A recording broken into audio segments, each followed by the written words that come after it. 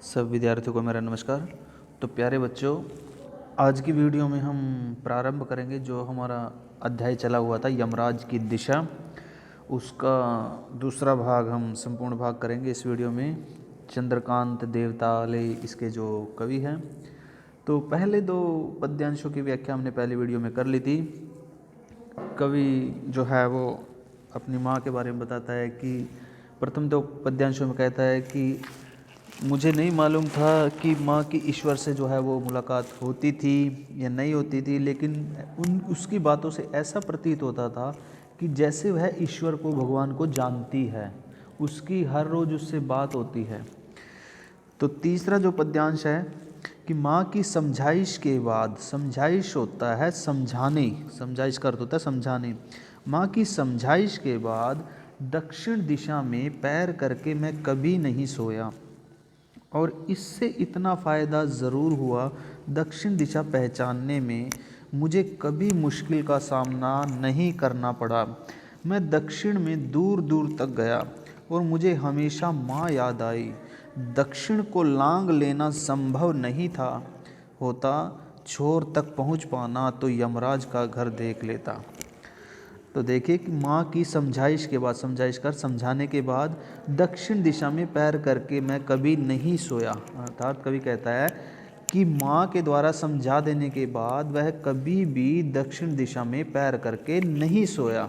जब उसकी माँ ने उसको एक बार कह दिया तो उससे ये हुआ कि उसने दक्षिण दिशा में पैर करके वह कभी नहीं सोया।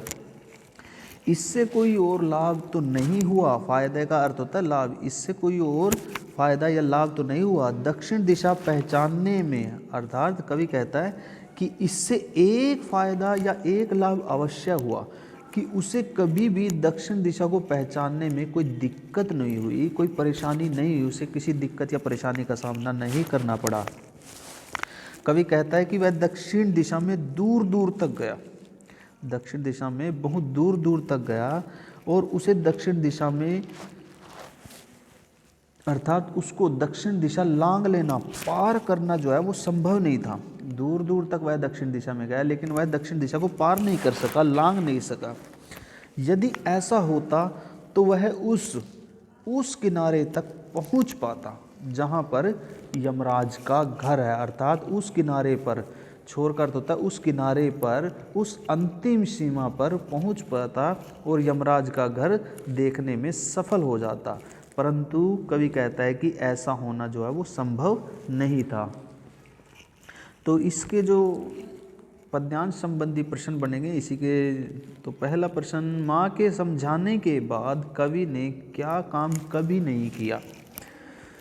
तो माँ के समझाने के बाद कवि ने कभी दक्षिण दिशा की तरफ पैर करके नहीं सोया। दूसरा प्रश्न इसका, कवि को किस बात को करने में कभी कठिनाई नहीं, कठिनाई मुश्किल। तो कवि को कभी भी दक्षिण दिशा को ढूंढने में कठिनाई नहीं हुई। कवि यमराज का घर देखने में सफल क्यों नहीं हुआ।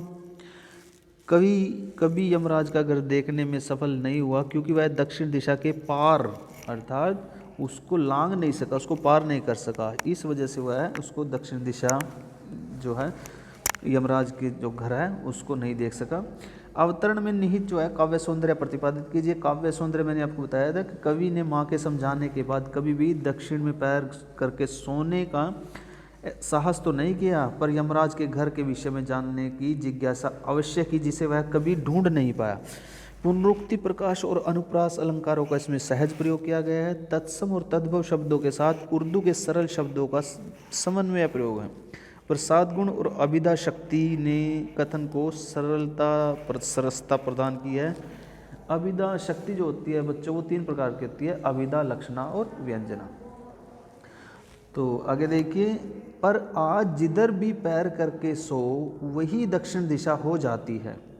सभी दिशाओं में यमराज के आलीशान महल हैं और वे सभी में एक साथ अपनी दहकती आंखों सहित विराजते हैं, विराजते यानी कि रहते हैं।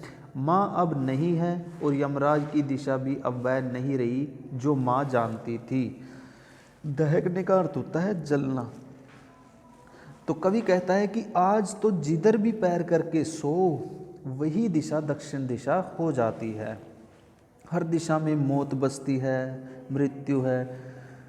हर दिशा में यमराज का आलीशान महल है और अपने हर महल में अपनी दहकती आंखों से यमराज जो है वो रहते हैं। कवि की माँ अब जीवित नहीं है। वह यमराज की जिस दिशा के बारे में जानती थी वह भी अब यमराज की नहीं रही। यमराज की दिशाएं तो सभी हैं, वह तो सारे विश्व में हर तरफ है, वह तो सर्वव्यापक है। कहने का अभिप्राय क्या है कि इतना जो है आज के युग में इतना अत्याचार बढ़ रहा है, ऐसा प्रतीत हो रहा है जैसे यमराज जो है वो सभी दिशाओं में विराजमान है। तो इसके जो प्रश्न है वो कवि के लिए हर दिशा दक्षिण दिशा क्यों हो जाती है। तो विध्वंस, हिंसा, मारकाट, दंगे फसाद आदि के कारण सारे संसार में मौत का तांडव हो रहा है। मनुष्य मनुष्य को मार रहा है। इसलिए कवि के लिए केवल दक्षिण दिशा ही यमराज की दिशा नहीं रही, बल्कि हर दिशा ही दक्षिण दिशा हो गई है। दूसरा प्रश्न है, यमराज की दिशा अब कौन सी है। कवि के अनुसार सभी दिशाएं अब यमराज की दिशाएं हैं। तीसरा प्रश्न है इसका, कवि की माँ कहाँ गई है। कवि की माँ यमराज के घर जा चुकी है।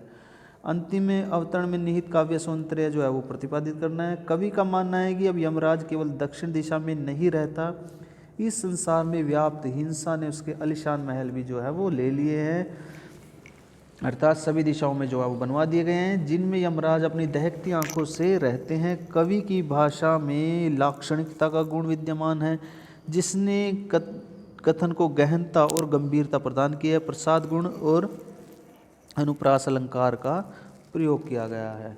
तो प्यारे बच्चों, ये यमराज की जो दिशा थी, इस वीडियो में जो अध्याय वो संपूर्ण हो गए। तो सभी विद्यार्थी इसको अच्छी प्रकार से, इसके 4 जो है वो पद्यांशों की व्याख्या और उसके जो नीचे पद्यांश के जो प्रश्न उत्तर आते हैं एक नंबर के, उनको भी मैंने आपको कराया है। तो सभी विद्यार्थी इसको अच्छी प्रकार से याद करेंगे और इस वीडियो को सभी देखेंगे। धन्यवाद।